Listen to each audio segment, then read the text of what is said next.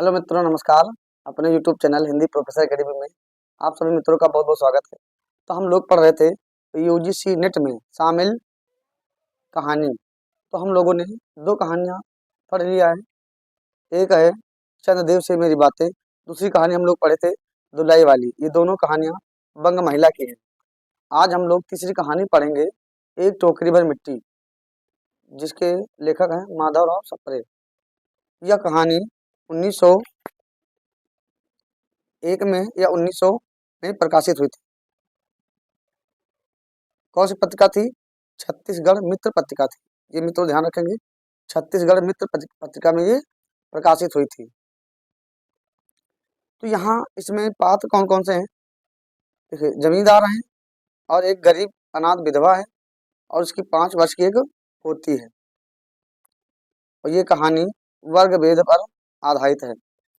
और एक जमींदार वकील है, जमींदार का वकील है। इतने पात्र हैं। चलिए हम इस कहानी को लाइन बाय लाइन पढ़ते हैं। बहुत ही अच्छी कहानी, छोटी कहानी है लेकिन अच्छी कहानी है।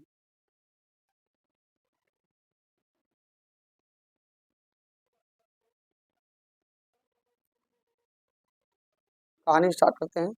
किसी श्रीमान जमींदार के महल के पास एक गरीब अनाथ विधवा की झोपड़ी थी।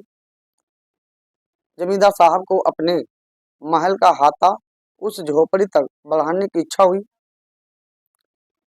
विधवा से बहुतेरा कहा कि अपनी झोपड़ी हटा ले। यानी बहुत सारे लोगों ने उसको तरह तरह से समझाया कि अपनी झोपड़ी क्या करें, हटा हटा ले। पर वह तो कई जमाने से वहीं बसी थी, यानी बहुत दिनों से वो रह रही थी वहां पे। उसका प्रिय पति, ध्यान रखेंगे मित्रों, उसका प्रिय पति इकलौता पुत्र भी उसी झोपड़ी में मर गया था। तो मित्रों यहाँ पे ध्यान रखेंगे,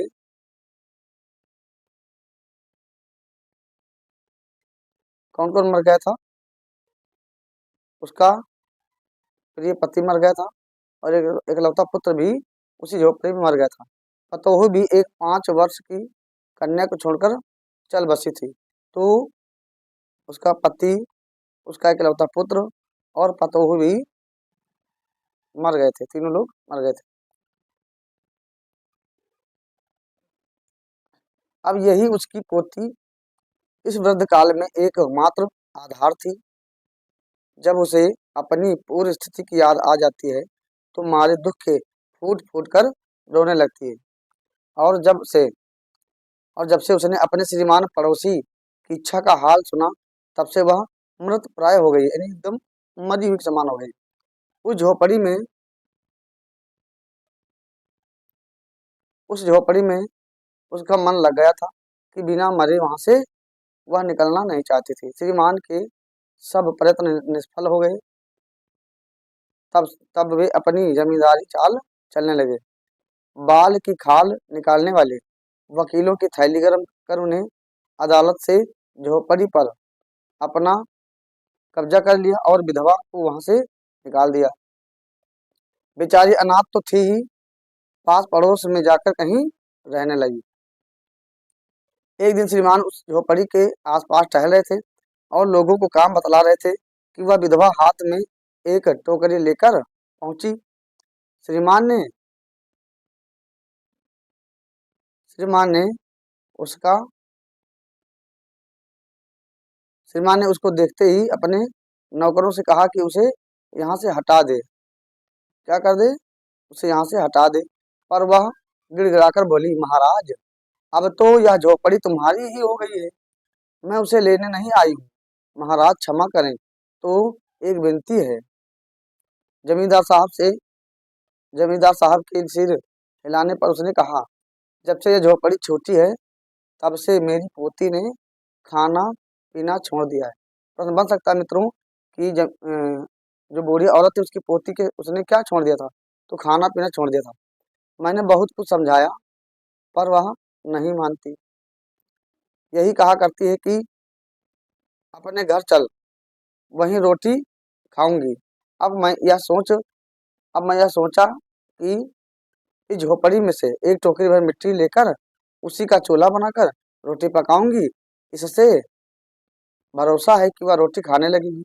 महाराज कृपा कर टोकरी में मिट्टी ले आऊं। श्रीमान ने आज्ञा दे दी। जो जमींदार साहब थे उन्होंने आज्ञा दे दी।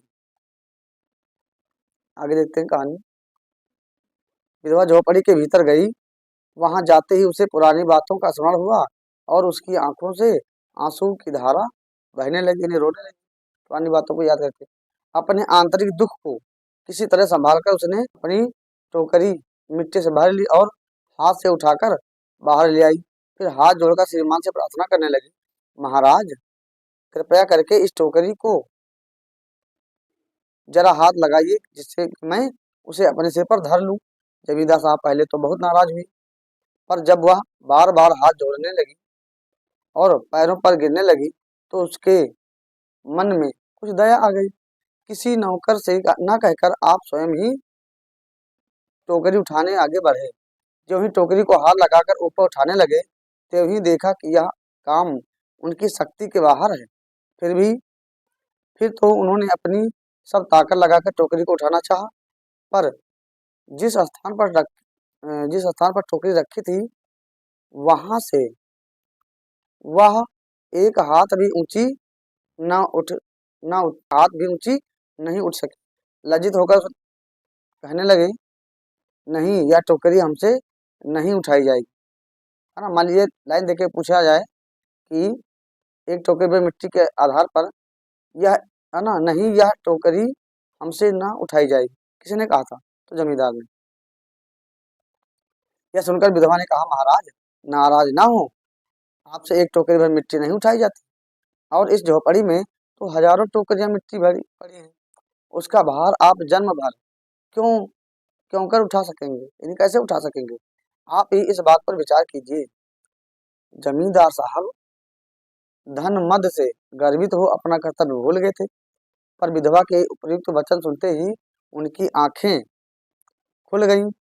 कृतकर्म का पश्चाताप कर उन्होंने विधवा से क्षमा मांगी और उसकी झोपड़ी वापस दे दी।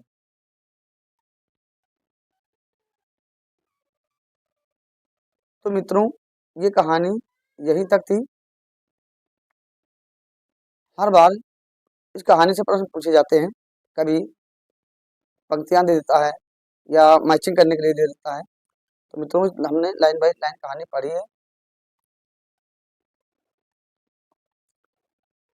सभी कहानियों को लाइन बाय लाइन पढ़ने के लिए अपने YouTube channel Hindi professor academy से जुड़े रहिए और चैनल को सब्सक्राइब करें, लाइक करें और अपने मित्रों में, दोस्तों में इसको क्या करें, शेयर करें। बहुत बहुत धन्यवाद।